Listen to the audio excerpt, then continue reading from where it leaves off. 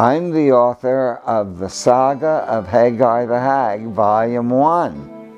Well, the book actually started out as a witch who would go out to tell fortunes, but because of having a palm reading, I was told that I had books within me. And a challenge was thrown down that I should consider writing.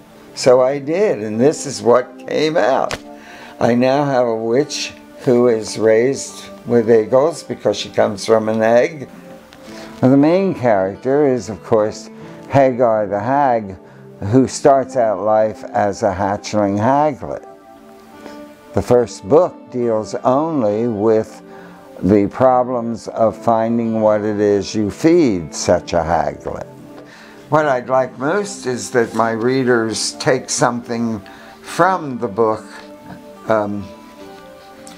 that will perhaps make them think and entertain them as well. Well, I didn't write it for any particular age group. I'm hoping that it will be enjoyed by those who are too young to read it for themselves, those who read it for themselves, and those who read it just for the sake of reading it.